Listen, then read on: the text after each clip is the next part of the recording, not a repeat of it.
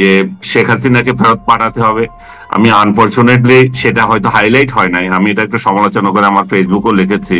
এর মধ্যে আমাকে সরকারের তরফ থেকেও একজন, তাদের তরফ থেকে একজনে বললো যে আমরা এত কষ্ট করছি, আপনি বলছেন যে বার্তা ব্যর্থ হয়েছে আমাদের। তো আমি আমার তরফ থেকে মনে করছি যে বার্তাটা ব্যর্থ হয়েছে এই সেন্সে যে এখানে শেখ হাসিনার বিষয়টা তো প্রথম হাইলাইট হবে। আমাদের ইউনূস সাহেব বলতে ব্যর্থ হয়েছেন তা না, মানে আমাদের স্ট্র্যাটেজিক পয়েন্ট থেকে আমাদের যে তথ্য যারা এখানে আমলা যারা আছে তারা যে এই বৈঠকটাকে কিভাবে বিশ্ব দরবারে প্লেস করবে, বাংলাদেশিদের কাছে করবে, সেই জায়গায় এই ব্যর্থতার বিষয়টা আমি তুলে ধরেছি। ব্যর্থতা এই সেন্সে যে আমাদের প্রথম কথা হচ্ছে যে শেখ হাসিনাকে ফেরত পাঠানোর জন্য বাংলাদেশ বলেছে দীর্ঘ 8 মাস পর, এবং ভারত শেষ পর্যন্ত বৈঠকে বসেছে। এটাই হচ্ছে প্রথম বার্তা, কিন্তু এই বার্তাটা ঠিক মতো যায়নি। না যাওয়ার প্রথম কারণ হচ্ছে দেখেন এখন সোশ্যাল মিডিয়া এত অ্যাক্টিভ, সোশ্যাল মিডিয়া অ্যাক্টিভ মানে হচ্ছে যে আপনি কি করেছেন সঙ্গে সঙ্গে জানিয়ে দিচ্ছেন সরকার। আমাদের ডক্টর ইউনূসেরও সোশ্যাল মিডিয়া আছে, তার হ্যান্ডেলে এটা এসেছে, এবং নরেন্দ্র মোদীর সোশ্যাল মিডিয়া হ্যান্ডেলেও এসেছে। সে বাংলাতে এবং ইংরেজিতে ডক্টর ইউনূসকে ট্যাগ করে তার বার্তা দিয়েছে। আমাদের তরফ থেকেও সেটা দেওয়া হয়েছে, কিন্তু আমরা দিয়েছি জাস্ট বৈঠক হয়েছে বিমস্টেকের সাইড লাইনে একটা ছবি দিয়ে দিয়েছি, আমাদের কোনো বার্তা নাই এখানে। কিন্তু তার জায়গায় বার্তা আছে, তার জায়গায় এখানে সংখ্যালঘু নির্যাতনের কথা আছে, এখানে শান্তি শৃঙ্খলার কথা আছে, এখানে বহুমাত্রিক যেভাবে আমরা বলি ইনক্লুসিভ ইলেকশনের কথা যে বলছি, রাজনীতির কথা বলছি, সেই বার্তা আছে।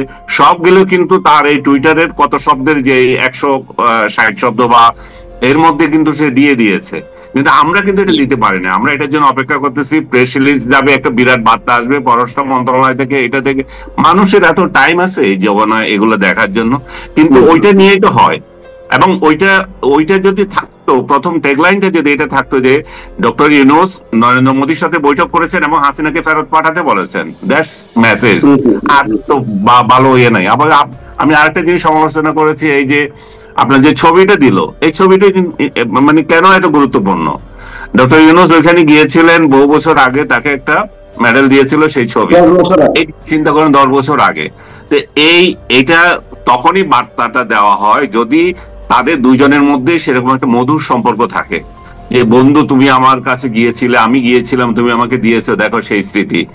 যেটা আমি উদাহরণ দিলাম যে ক্লিনটন যখন বাংলাদেশে আসলো, ঘুরলো, সেরকম একটা ছবি যখন ক্লিনটনের সঙ্গে ডক্টর ইউনূসের দেখা হচ্ছে দিলে এটার একটা গুরুত্ব বহন করে। এখানে এটার কোনো গুরুত্ব নাই। যদি না এখানে যদি সায়েন্স এবং যুবকদের এগিয়ে নেওয়ার ক্ষেত্রে, তাদের গবেষণার ক্ষেত্রে যদি কোনো আলাপ হতো, সেই জায়গায় একটা স্মৃতি যদি দিত, ঠিক আছে, এটা একটা ইয়ে ছিল।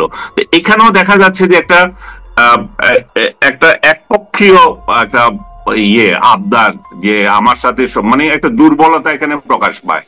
এই ইয়েতে রিসিপ্রোকালি আপনাকে কি দিচ্ছে? আপনাকে তো কিছু দেয় নাই। আপনি একটা ছবি বহন করে নিয়ে গেছেন। সবচেয়ে গুরুত্বপূর্ণ যে বিষয়টা, উনি এর আগে যে কয়জন রাষ্ট্রনায়কের সাথে দেখা করেছেন, যেখানে গিয়েছেন, জুলাই বিপ্লবের স্মৃতি বহন করে নিয়ে গেছেন। একটা বড় অ্যালবাম করেছে তারা, যে অ্যাট্রোসিটি নিয়ে এবং ছেলেদের আর্ট নিয়ে, সেটা একটা বিরাট বার্তা বহন করে। এখানে তো সবচেয়ে বেশি জরুরি ছিল সেই বার্তাটা দেওয়া। শেখ হাসিনার যে ছবি, শেখ হাসিনার যে অ্যাট্রোসিটি এখানে যে চালিয়েছিল, তার একটা ছবি তাকে উপহার দেওয়া। দেখেন এই মহিলা, এই ভদ্রমহিলা, আপনারা তাকে আশ্রয় দিয়েছেন, এই ভদ্রমহিলা কি করেছে, আমরা কেন তাকে চাচ্ছি, সেই বার্তাটা তো এখানে যায় নাই।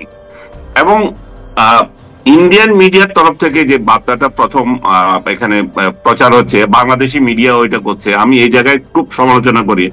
বাংলাদেশ আসলে জানে না সে তার কোনটা ইম্পর্টেন্ট, কোনটাকে হাইলাইট করতে হবে। বাংলাদেশ মিডিয়াগুলো হাইলাইট করছে ইন্ডিয়া কি বার্তা দিয়েছে সেটা, বাংলাদেশ কি বলেছে সেটা হেডলাইন করছে না। আমি যদি একেবারে স্পেসিফিক বলি, আপনি দেখেন প্রথম আলোতে, দেখেন প্রথম আলোর প্রথম আজকে রিপোর্ট কি, ইন্ডিয়া কি বার্তা দিয়েছে। ইন্ডিয়া বার্তা দিয়েছে যে রাজনৈতিক বাকওয়াজ যেগুলো হয় আর কি, যে রাজনৈতিক জনপ্রিয়তার জন্য যে সমস্ত আওয়াজ তোলা হয়, রাজনৈতিক নেতারা যে সমস্ত বক্তৃতা দেন, এগুলা যাতে কম করা হয়। হ্যাঁ, এটা কি মনে হয় যে সেভেন সিস্টার্স নিয়ে যে কথা বলছে ডক্টর ইউনূস চীনে, সেরকম সেই ধরনের কথা যাতে না তোলে, এটাই কি বার্তা? আপনি ঠিকই ধরেছেন।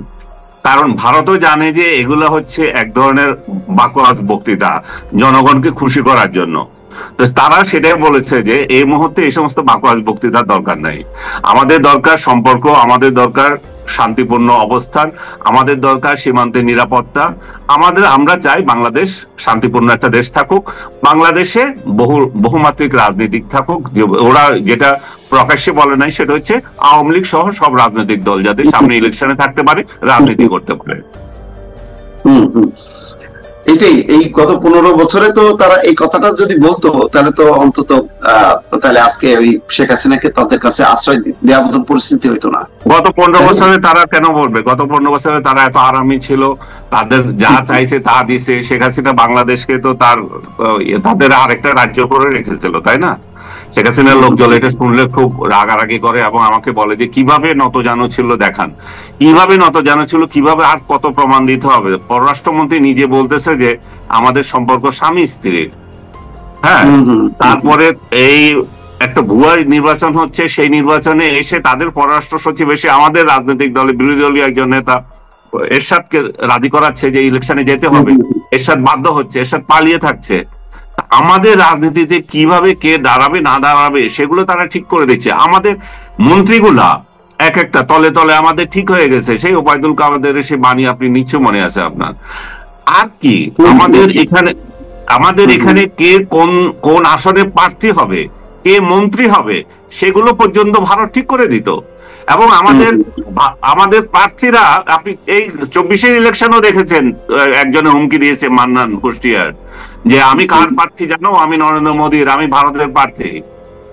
তো বুঝতে পারেন যে কতটা একটা দেউলিয়াপনা কতটা হলে একটা দেশ আরেকটা দেশের করদ রাজ্যের মতো আচরণ করে। তো ভারত যখন এগুলো সব পায়, ভারত এত সুবিধা পেয়েছে। আজকে ত্রিপুরা অনেক কথা বলছে, ত্রিপুরাতে যে একটা বিদ্যুৎ কেন্দ্র হলো সেটা কিন্তু বাংলাদেশের একটা তিতাস নদীকে বাঁধ দিয়ে তারপরে যন্ত্রপাতি পাঠিয়েছিল বাংলাদেশ।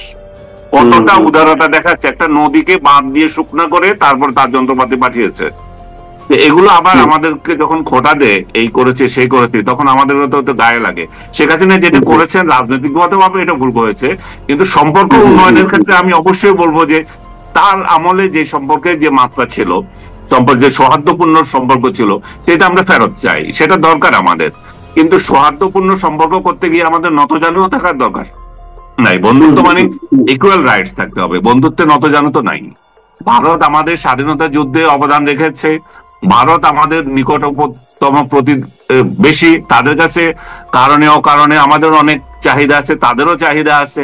সো আমরা দুই পক্ষ যাতে এখানে ভালোভাবে থাকতে পারি সেটা আমাদের দরকার। এবং শেখ হাসিনা যে পলিসি এখানে রেখে গেছে সেই পলিসি হয়তো আমরা মেনটেন করব না, কিন্তু বন্ধুত্বের রিলেশন তো আমরা বাদ দিতে পারি না।